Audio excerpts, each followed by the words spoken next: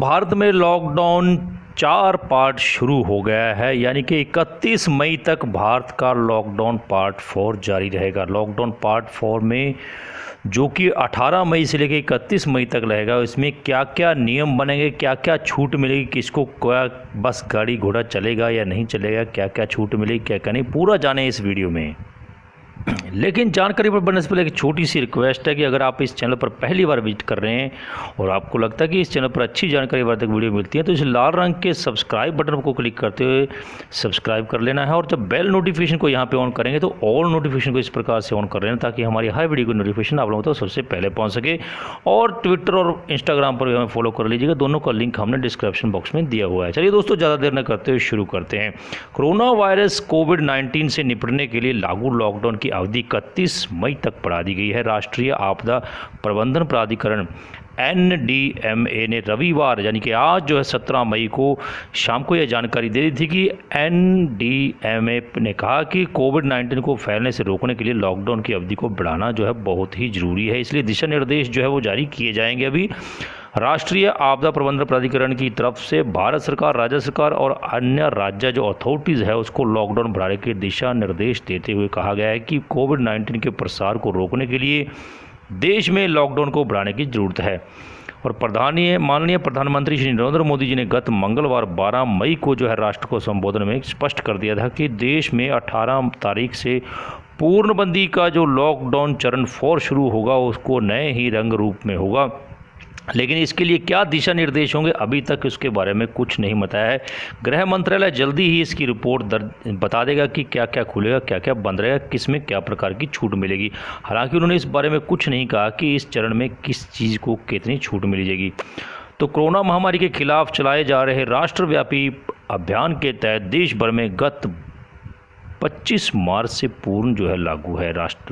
3 चरण पूर्ण हो चुके हैं। पहला चरण 25 मार्च से लेकर 14 अप्रैल तक, दूसरा चरण 15 अप्रैल से लेकर 3 मई और तीसरा चरण 4 मई से लेकर 17 मई तक था। और अभी चौथा जो है वो शुरू हो चुका है। तो पहले लॉकडाउन में क्या क्या छूट मिली थी, देखिए पहले चरण में क्या था, केवल आवश्यक वस्तुओं को छोड़कर लगभग ज़्यादातर गतिविधियों पर पूरी तरह से प्रतिबंध था। सार्वजनिक परिवहन भी पूरी तरह से बंद थे।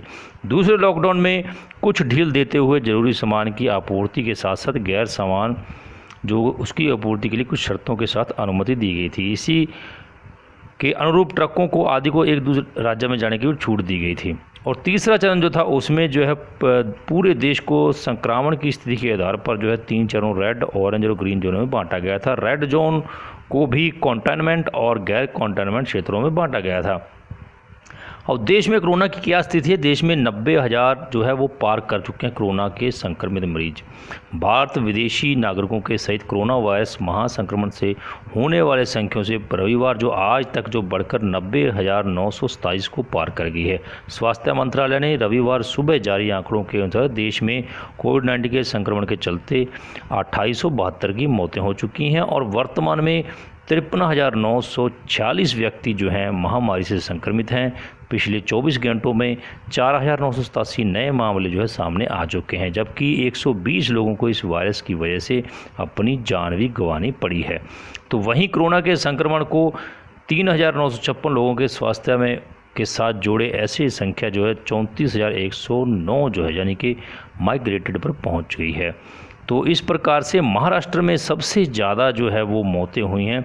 जो आपको बता दें कि स्वास्थ्य मंत्रालय की ओर से रविवार जो आज सुबह जो जारी आंकड़ा प्रस्तुत किया गया था उसमें 33 राज्यों और केंद्र शासित प्रदेशों में फैल चुका है ये कोविड-19। इससे गंभीर रूप से प्रभावित महाराष्ट्र में अब तक जो है 1135 मौतें हुई हैं। मध्य प्रदेश में 243 मौतें हुई हैं। वहीं जो है गुजरात के संक्रमण के चलते 625 और दिल्ली में 129 लोगों की जान जो है जा चुकी है। कोरोना वायरस संक्रमण के सबसे अधिक मामले जो हैं 30,706 महाराष्ट्र में जो है वो पाए गए हैं। इसके बाद 10,988 मामलों में गुजरात का नंबर दूसरे स्थान पर है, जबकि 10,585 मामलों के साथ तमिलनाडु तीसरे स्थान पर और 9,333 के साथ दिल्ली चौथे स्थान पर है। तो दोस्तों, इस प्रकार कोरोना के संक्रमण को देखते हुए भारत में जो है लॉकडाउन पार्ट 4 जो है 31 मई तक बढ़ा दिया गया है। लॉकडाउन 4 के आप गाइडलाइंस भी सुन लीजिए। गृह मंत्रालय के अनुसार इस दिशा निर्देशों के तहत विशेष रूप से प्रतिबंधित गतिविधियों को छोड़कर सभी गतिविधियों को अनुमति दी गई है।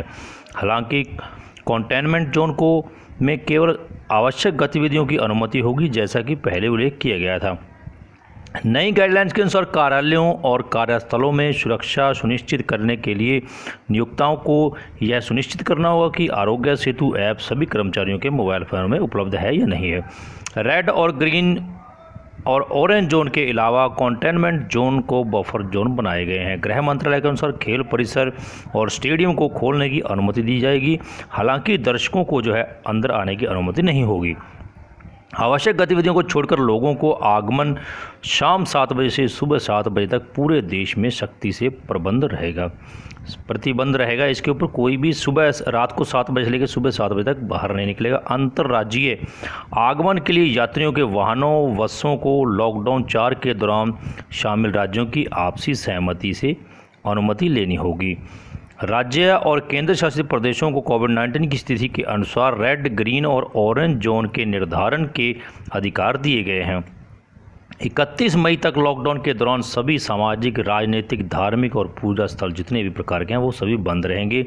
गृह मंत्रालय के अनुसार hotel, restaurant, cinema hall, swimming pool, gym 31 तक बंद रहेंगे। घरेलू एम्बुलेंस को छोड़कर यात्रियों की सभी घरेलू अंतर्राष्ट्रीय हवाई यात्रा 31 मई तक पूरी तरह प्रतिबंध रहेगी। गृह मंत्रालय ने भारत सरकार के मंत्रालयों, विभागों और राज्य सरकार, केंद्र शासित प्रदेशों और राज्य केंद्र शासित प्रदेशों के अंतर्गत प्रशासन के लिए कोविड-19 के नियंत्रण के लिए उपायों पर दिशा निर्देश जारी कर दिए गए हैं। तो लॉकडाउन 31 मई 2020 तक प्रभावी रहेगा। फिलहाल दोस्तों आज की वीडियो में इतना ही। जल्दी मिलते हैं नई अपडेट के साथ। तब तक के लिए आप हमारे चैनल को सब्सक्राइब कीजिए, वीडियो को लाइक और शेयर कीजिए। जय हिंद, जय भारत, वंदे मातरम।